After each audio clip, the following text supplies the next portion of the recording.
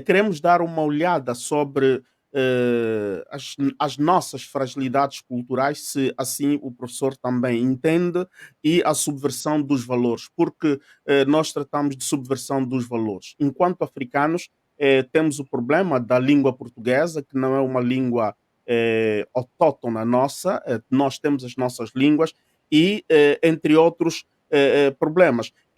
Como é que encara esta situação de subversão de valores hoje nas nossas sociedades africanas? Eu acho que há uma asserção de Frantz Fanon que continua a ter muito valor. Cada geração tem uma missão e ela pode cumprir essa missão ou traí-la.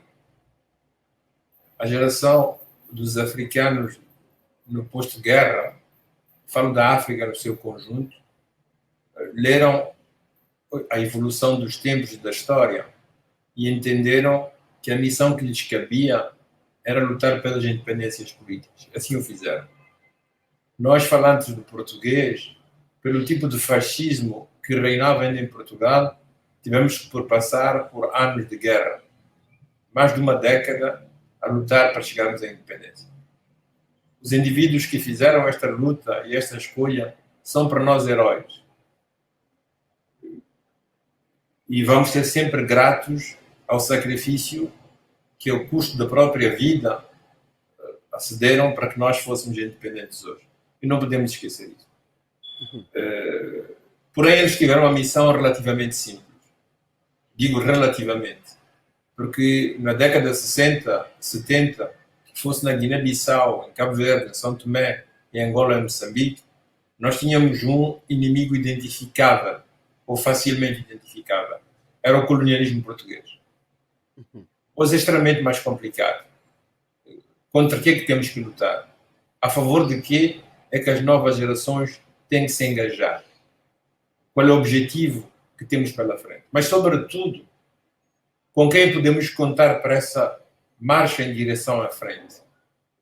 Nos nossos países, onde as fragmentações das elites são cada vez maiores, entre elites políticas e económicas que muitas vezes se confundem, as veleidades de indivíduos e grupos que muitas vezes perdem de vista o essencial da continuação de uma luta para uma verdadeira liberdade e emancipação dos nossos povos, para o progresso dos nossos povos, e Amílcar Cabral acrescentaria para a sua felicidade. Isto hoje é difícil identificar contra o que e sobretudo a favor de que militar, como fazê-lo e com quem poder contar. O que você diz quando diz que as nossas culturas são preteritadas a favor de unidades linguísticas que não têm muito a ver conosco, é preciso voltar a reler Cheikh Anta Diop. Ele propunha claramente, estamos nos anos 50, a África ainda não é independente. Vamos repensar os nossos espaços geográficos pensando nas complementaridades culturais. Mamadou Dia, depois Mamadou Touré, vão fazer a proposta de complementaridades económicas. Criamos zonas que possam favorecer uma condição económica que metem em colaboração espaços geográficos complementares para lutarmos contra a pobreza, a fome e o subdesenvolvimento em que a África se encontrava. Isso não foi possível, nem a complementaridade económica. Nasceram as 5 zonas africanas muito mais tarde e elas estão mais viradas aos interesses do Ocidente que aos nossos. As complementaridades culturais nunca tiveram nenhuma chance, como não teve nenhuma chance também a ideia do Nkrumah de Estados Unidos da África.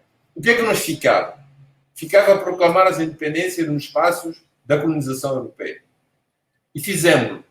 Só que depois de fazermos, como fazer com que povos tão diferentes, porque fragmentados pelo colonialismo, pudessem coabitar? Houve uma resposta de razão.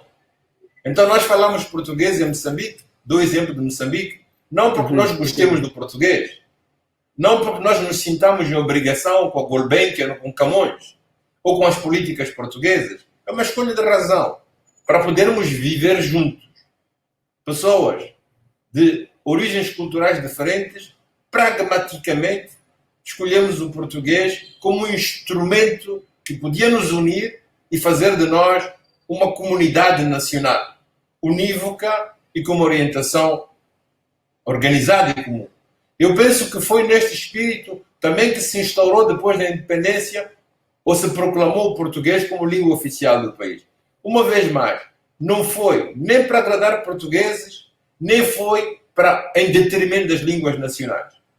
Foi por uma questão de pragmatismo político. Aquilo que os alemães chamam de realpolitik. Nós somos já fracos como somos, fragmentados seríamos ainda mais fracos e fragmentados seríamos mais facilmente apreendíveis por parte daqueles que nunca descansaram. Precisa recordar-se que os colonialistas saíram, mas o colonialismo não só não saiu, mas continua mais forte do que antes. Os europeus nunca se emanciparam da sua veleidade de superioridade e da sua vontade de dominar e de dominação em relação a nós africanos. E todas as veleidades de divisão, de separação, de fragmentação, faz de nós mais pequenos. Você imagine, Portugal é dos países mais pequenos da Europa. Mais pequeno e mais pobre.